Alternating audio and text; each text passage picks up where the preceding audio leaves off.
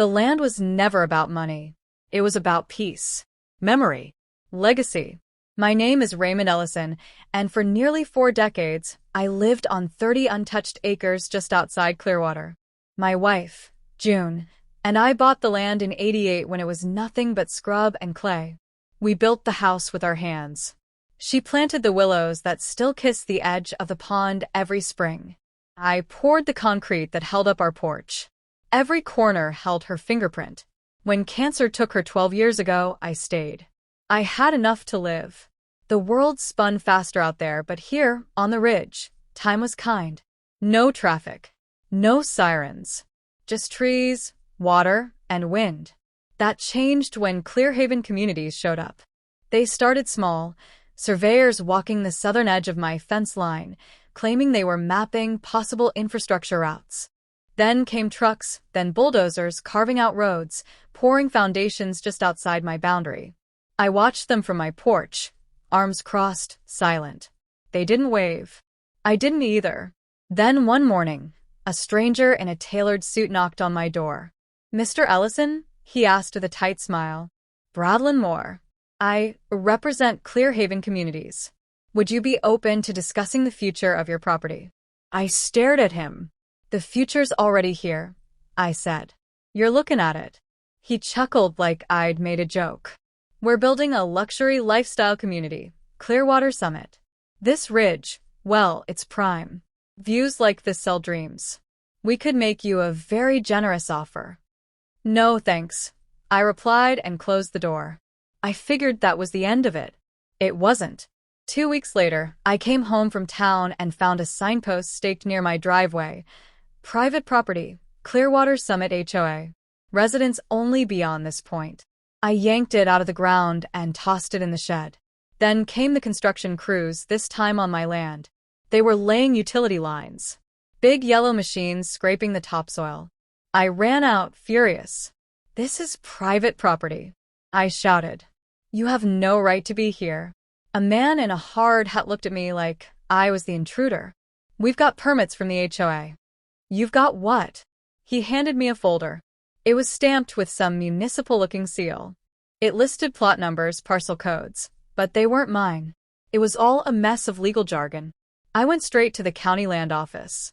The clerk pulled up the records. My name was still there. The land was still mine. But somehow, through a convoluted maze of zoning loopholes and easement filings, Clearhaven had registered an HOA over part of my land, claiming a clerical error had included it in the broader development plan.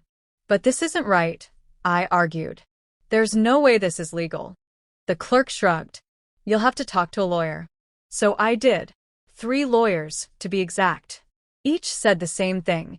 It would take years of litigation to unravel what Clearhaven had done, and even then, the odds weren't great. They'd buried me under red tape, easement loopholes, and something called common area annexation rights. Translation: they'd made it look like I'd already lost. That night, I stood at the edge of my pond. June's stone marker rested under the willow, soft and simple. "Do I fight?" I whispered to her. "Or do I let them win?" A string of laughter echoed up the hill. Lights blazed in the distance. Temporary work trailers, noisy generators, the flash of champagne flutes under string lights. Clearhaven executives were celebrating on my ridge. They thought they'd won. They thought I was just some old man with a dead wife and too much pride. They were wrong. Because what they didn't know, what no one knew, was that this land wasn't just mine. It was insured, surveyed, quietly appraised every year by a friend who worked for the Department of the Interior. And what lay beneath this peaceful ridge wasn't just bedrock. It was leverage. I smiled to myself, a bitter curve of the lips. Let them build their kingdom. Let them toast their empire. They'd paved over the wrong man's past, and I was going to sell it out from under them every inch. 3 days after I decided not to fight but to maneuver, I made my first call. "Benji Travers," the man answered, voice crisp and wary. "Still working the interior desk?" I asked. There was a pause, then laughter. "Raymond? Thought you dropped off the map." "I need your help." Benji Travers and I went back decades. He was once a grad student I let camp on my land for a geological survey. Now, he was an analyst with the U.S. Geological Survey, specializing in mineral rights and subterranean mapping. And more importantly, he owed me a favor. Within 48 hours, Benji and a team in unmarked vans arrived under the pretense of soil and watershed testing. They spent 3 quiet days poking, drilling, and scanning, always in the early mornings before the construction crews arrived. On the 4th day, he pulled me aside with wide eyes. "You've been sitting on a gold mine," he said, handing me a folder. "Literally. There's a rare earth deposit running under your ridge. The kind tech companies pay billions for. It stretches across your parcel and partially beneath the new resort footprint." I flipped through the maps. It wasn't just valuable, it was strategic. Clearhaven hadn't built on my land by mistake. "They knew," I said. Benji nodded grimly. "Or they guessed. Companies like that, they smell value before most people even know where to look. They probably plan to tie you up in court long enough to force a buyout." "But now I've got leverage," I muttered. "More than leverage," Benji said. "You've got buyers. This kind of find? You won't need to fight a single lawsuit. Just wait for the right moment." That moment came faster than expected. The following week, a woman named Leona Graves showed up on my property. She wore a tailored pantsuit, heels that didn't belong on dirt, and a thin smile as sharp as a blade. "Mr. Ellison," she greeted, extending a hand I didn't take. "I'm general counsel for the Clearwater Summit HOA. I didn't join your HOA." "According to our records," she said, producing a sleek tablet, "a boundary realignment filed last year incorporated a portion of your parcel into the association. It was voted on unanimously by our interim board." "Who was on that board?" I asked. She smirked. "Employees of Clearhaven Communities, of course. During development, developers act as the HOA board until turnover. So you created an HOA, put your own employees in charge, and voted to steal my land?" Her expression didn't change. "You're welcome to dispute the filings. We recommend working with our arbitration team rather than pursuing litigation. It's faster, cleaner." "Cleaner for you," I said flatly. She handed me a white envelope. "An updated offer, $2 million cash. We'll absorb the land, cover the legal fees, and issue you a waiver of liability." I didn't open it. Instead, I leaned in slightly. "Leona, how would your shareholders feel if they knew your resort sits on unclaimed rare earth deposits? Ones you don't legally own or control?" Her eyes narrowed. "I haven't sold. I haven't signed. And if I did, it wouldn't be to you." The mask cracked just for a second. Then she recovered. "That would be unfortunate. This resort is already a $400 million project." I smiled. "Then it's going to hurt." Later that night, I made my second important call. To a man named Rajesh Mehta, a venture capitalist I once helped save from a bad land deal in Nevada. Rajesh had a short fuse and a long memory, and he owed me more than one favor. Within 5 days, Rajesh brought in 2 tech giants, both hungry for US-based rare earth sources. A bidding war broke out before I even drafted the listing. They didn't care about the HOA. They cared about patents, satellites, batteries, and land with legally clean mineral rights. My land. I watched from the ridge as Clearhaven's construction moved forward obliviously. Scaffolding rose, crews painted walls, signs advertising Phase 2 condos went up. And all the while, the real owners were shifting. Not them. Me. By the time Leona called again, her voice was tight. "We understand you're in discussions with outside buyers. That would be unwise."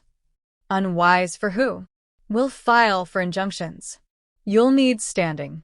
"You're bluffing," she snapped. "No," I said, calm and firm. "You built a kingdom on sand." And the tide was coming in. The first crack came quietly. One of the resort's glossy promotional videos vanished from the internet overnight. Then another. Within a week, Clearwater Summit's entire online marketing campaign went dark. No ads. No emails. Just silence. I knew why. Rajesh had friends, not just in venture capital, but in media and compliance. A single inquiry from a concerned buyer, about unclaimed mineral rights triggered enough regulatory scrutiny to freeze Clearhaven's momentum. The state's Office of Natural Resources launched an inquiry. Environmental impact reviews were reopened, and a few major banks suddenly became reluctant to fund the resort's second phase. The machine was grinding to a halt, and still, they hadn't realized just how bad it was going to get. On a sunny Monday, a black SUV pulled up to my gate. Out stepped none other than Bradford Moore, the same Clearhaven exec who'd first offered to buy me out. But this time, he wasn't smiling. "Raymond," he said, "we need to talk." "Not interested." "You will be," he said. "We've been contacted by federal regulators. They claim your parcel may contain restricted resources. You didn't disclose that in prior discussions." "Didn't have to," I replied. "You never owned it." He frowned. "We have easements. Approved access to the ridge. You had permission to build utility lines under mistaken zoning. That's over now. The filings have been corrected, and my mineral rights have been federally secured. You're on borrowed dirt." He hesitated, then reached into his folder and pulled out a much thicker offer than before. $10 million. Today. You walk away and we bury this. I didn't touch the paper. I'm not looking to settle, Brad. I'm looking to sell to people who know what's under this land.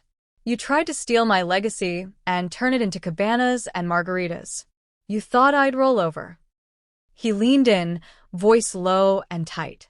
"You're in over your head, old man." "I've lived on this ridge longer than your company's existed," I said.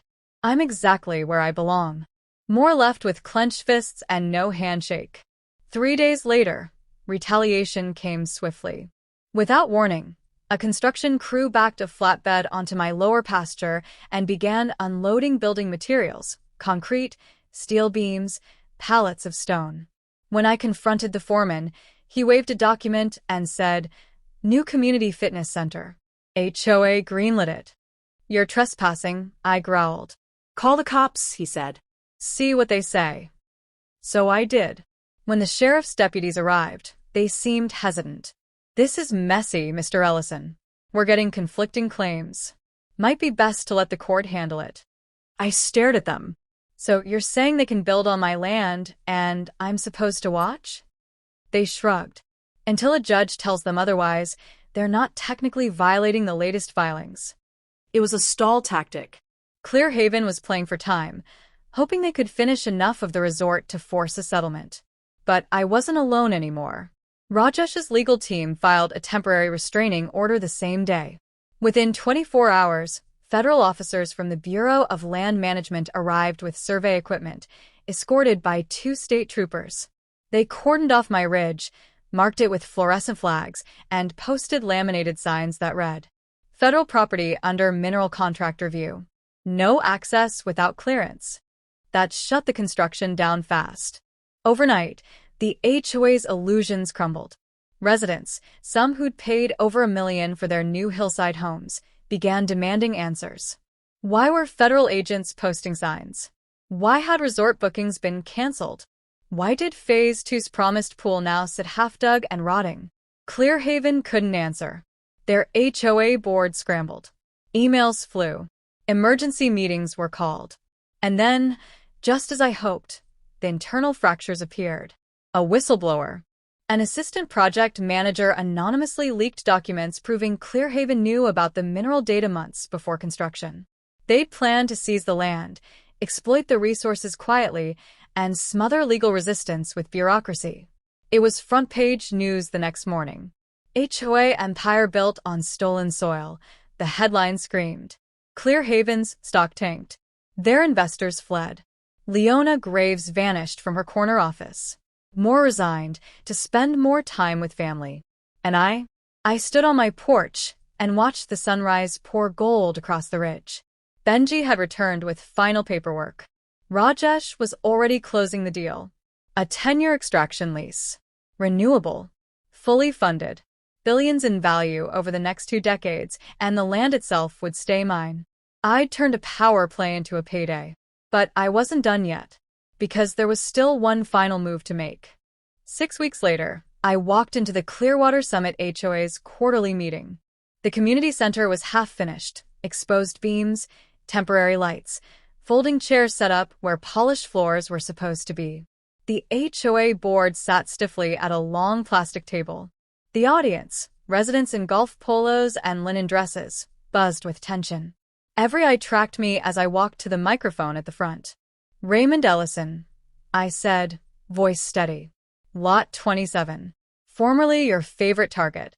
A murmur rippled through the crowd. "I was told I have 3 minutes. I won't need that long." I pulled a document from my coat and laid it on the table in front of the board. "This is a copy of the final mineral lease agreement between myself and Core Industries. They now have exclusive rights to mine beneath my land, which includes the portions your HOA built over illegally. The resort is finished. So are your expansion plans. The land stays mine. The resources are mine. The money?